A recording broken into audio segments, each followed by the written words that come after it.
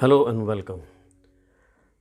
This video is regarding Standard 2050, which is Coordination and Reliance.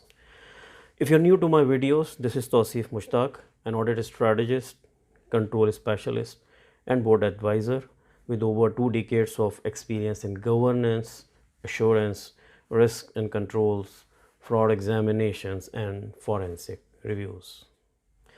The objective of my videos on audit and assurance series is to promote the internal audit profession in its basic spirit, whereby the internal auditors having a clear understanding of the standards and the international professional practices framework overall, so they can contribute to achieve the mission of internal audit.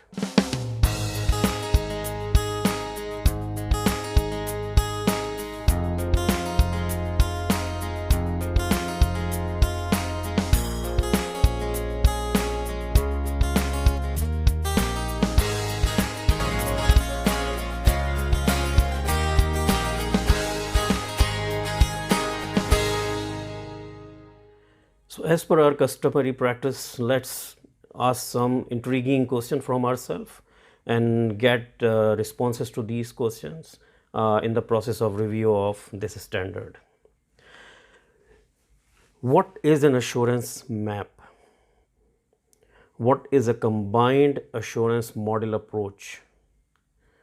To determine whether the internal audit activity may rely on the work of another provider, what chief audit executive should do, and what can be examples of coordinating activities.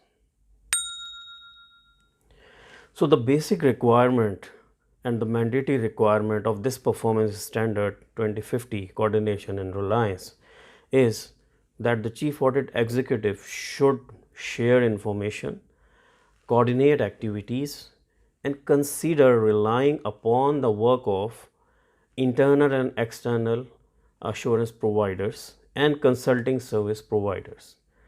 This is to ensure that the proper coverage and minimize the duplication of efforts in the assurance map. So in coordinating activities, the chief audit executive may rely on the work of other assurance and consulting service providers.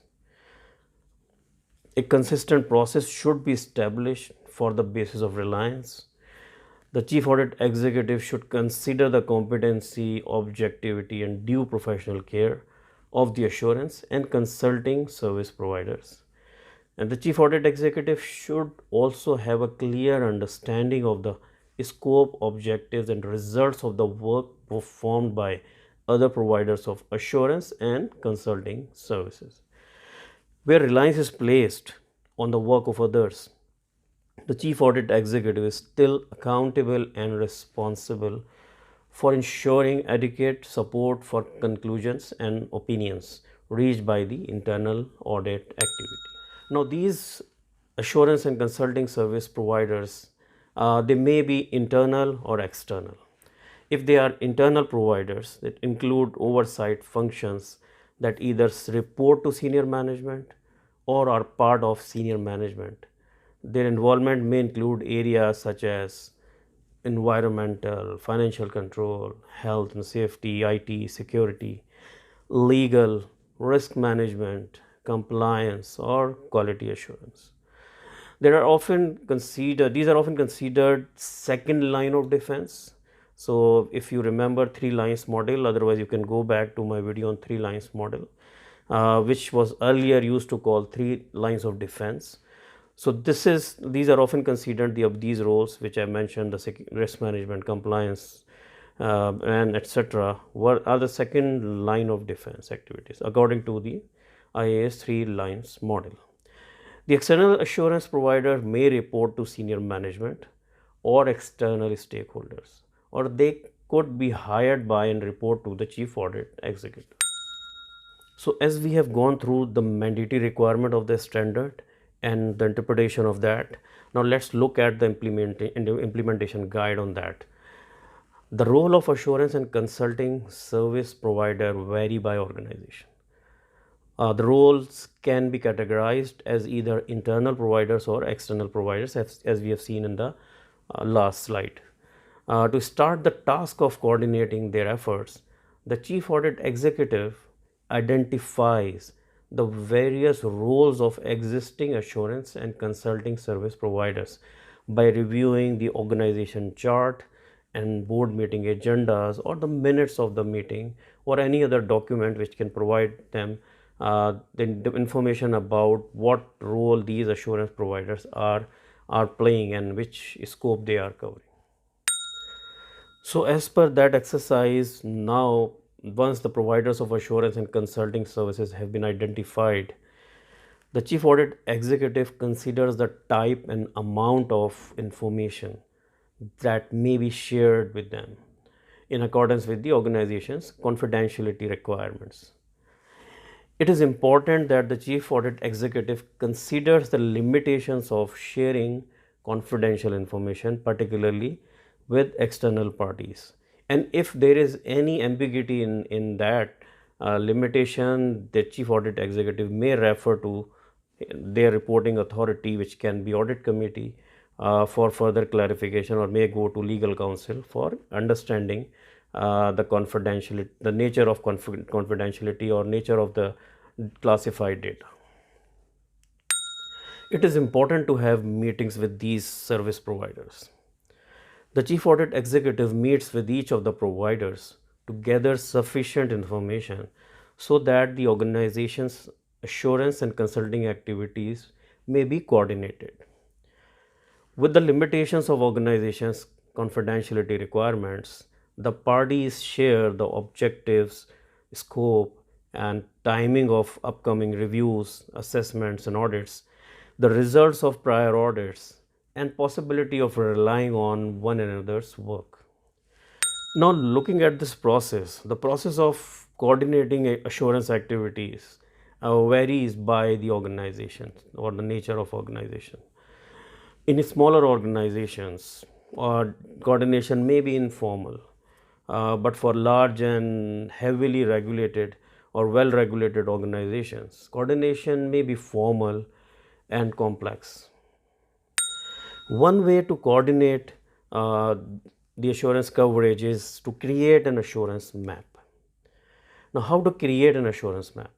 The assurance map can be created by linking identified significant risk categories with the relevant sources of assurance, and then rating them. You have to rate them the level of assurance they are providing for each risk category.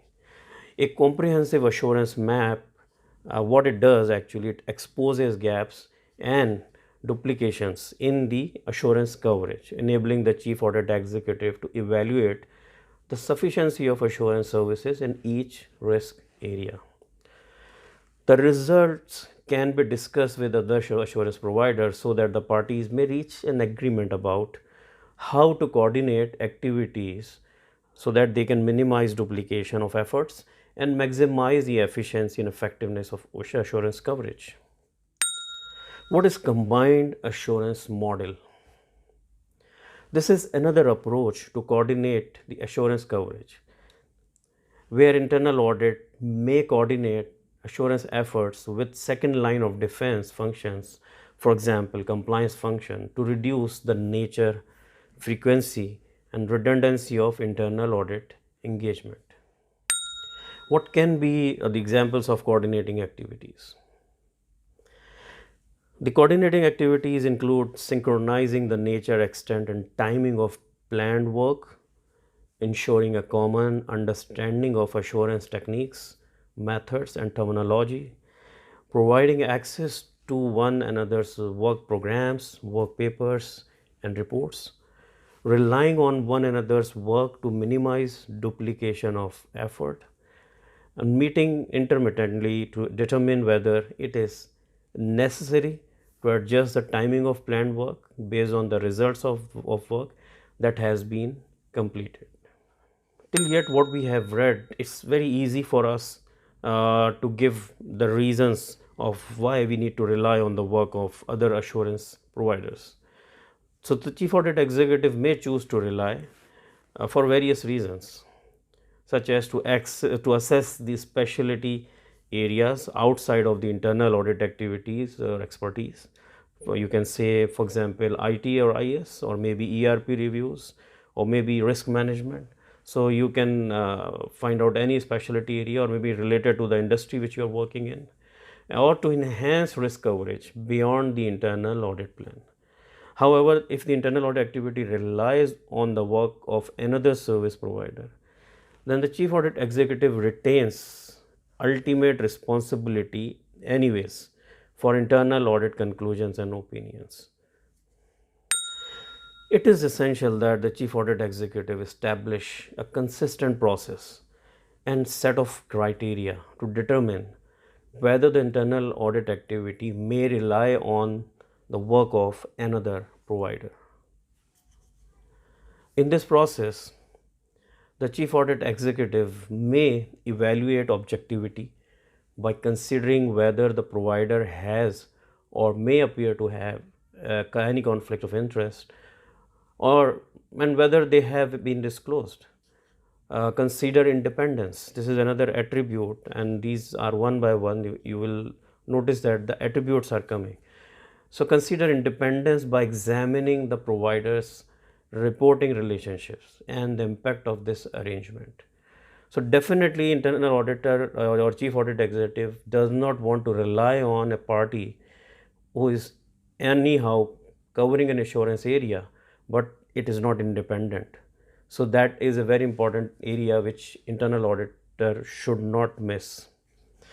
Confirm competency by verifying whether the provider's professional experience, qualifications, certifications, and affiliations are appropriate and current.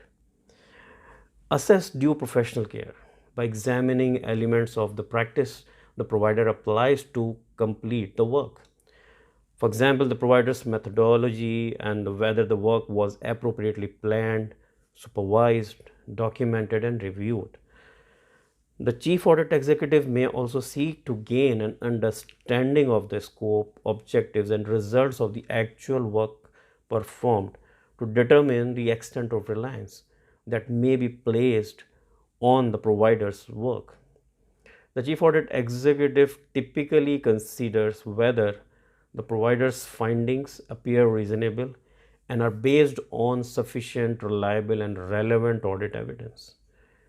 The chief audit executive determines whether additional work or testing is needed to obtain sufficient evidence to support or increase the level of reliance desired.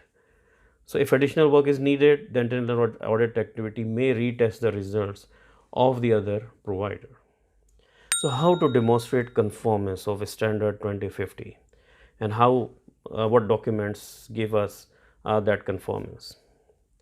So that include communications regarding all assurance and consulting roles and responsibilities, which may be documented in the notes from the meetings with individual providers of assurance and consulting services, or in minutes of meetings with the board and senior management. The chief audit executive's documentation of the process and criteria applied to determine whether the internal audit activity may rely on a provider's work, assurance maps, or combined internal audit plans that identify which provider is responsible for providing assurance or consulting services in each area. So that concludes our review of standard 2050. Hope this is helpful for you. Please keep watching my videos, share my videos, like them, and also subscribe my channel. Share within your fraternity so other people also get benefit of these videos. Thanks a lot.